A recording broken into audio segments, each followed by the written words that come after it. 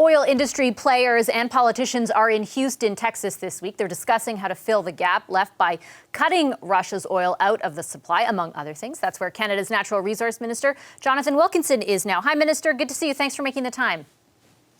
Nice to see you. And can I just say before we start, it's the first time I've seen you since you were back. I just want to offer you my congratulations. Oh, that's very kind of you. I sincerely appreciate it. I'm told, and you can correct me if I'm wrong, but you're slated to meet your U.S. counterpart a little later tonight or a little after this interview. And I wondered if your message to her is that Canada can help, and to what degree, fill the gap that now exists thanks to the decision today by the president to ban Russian imports of oil.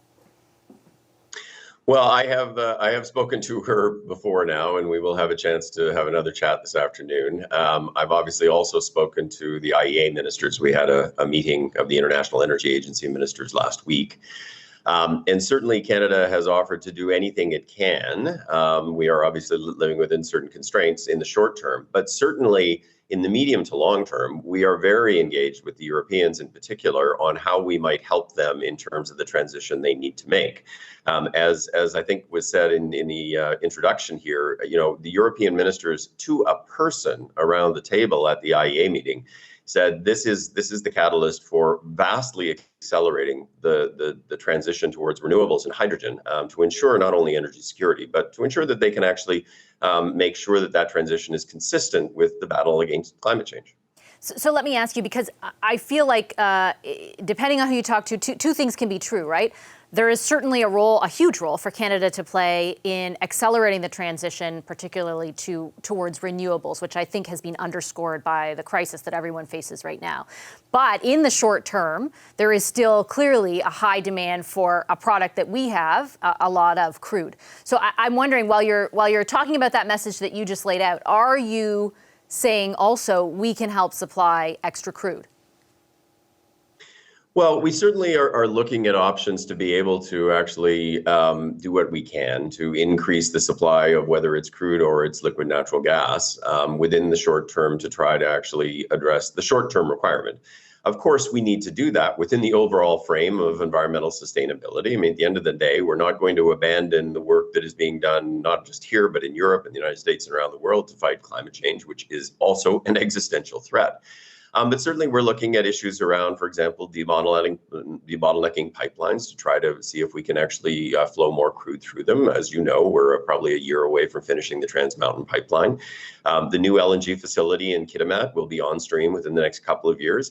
And of course, there are ideas about additional LNG facilities that might be built on the East Coast. Those obviously would have to, though, fit within the context of a transition.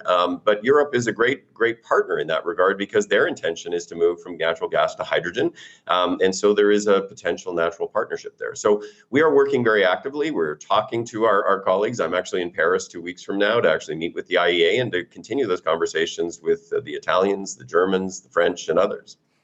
Can I ask, though, plainly, because you are referring to the overall context of climate change objectives in this country, does increasing our output, our production, in order to fill the gap, for example, let's just say in the United States, my understanding is we could potentially increase it by about 200,000 barrels a day.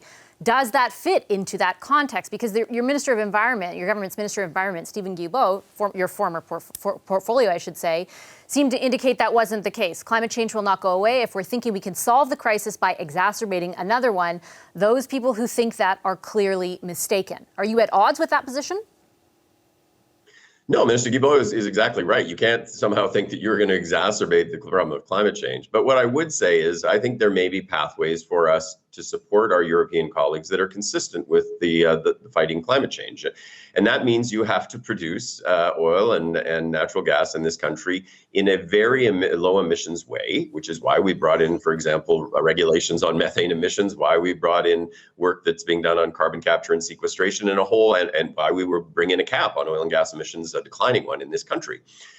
In fact, if you actually saw enhanced production from Canada, that's done in a low emission way that can fit within our overall targets for climate, it actually would be better for the world economy or the global climate, because Russia doesn't do that. They do not pay as much attention from an environmental perspective.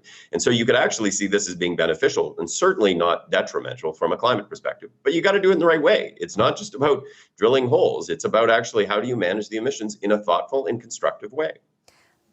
That's, again, a little bit more long-term. I guess I'm hoping to get some clarity on the short term. When you say you can help Europe with its more long-term goals, is there, an immediate plan for Canada to bolster production to address the U.S. need right now?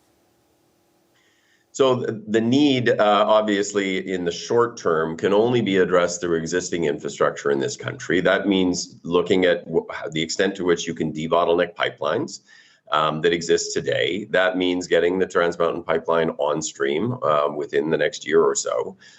It means getting the LNG facility in Kitimat on stream. But you've got to live within if you're talking about the next 6 to 12 to 18 months, you've got to live with the existing infrastructure that you have. Beyond that, then you're looking at what can Canada do to help with the overall transition, which is almost certainly going to be largely liquid natural gas to hydrogen. And there, I think Canada can play a role. But it's a role that we would play with our European friends and our American friends that is framed by doing this in a manner that is consistent with energy security, but also with environmental sustainability. Okay, Minister, I'm out of time. I'll leave it there. I appreciate your time. Thank you. Thank you very much. Natural Resources Minister Jonathan Wilkinson. Hi, I'm Vashi Capellos, host of Power in Politics. See more of our show by subscribing to the CBC News channel or click the link for another video.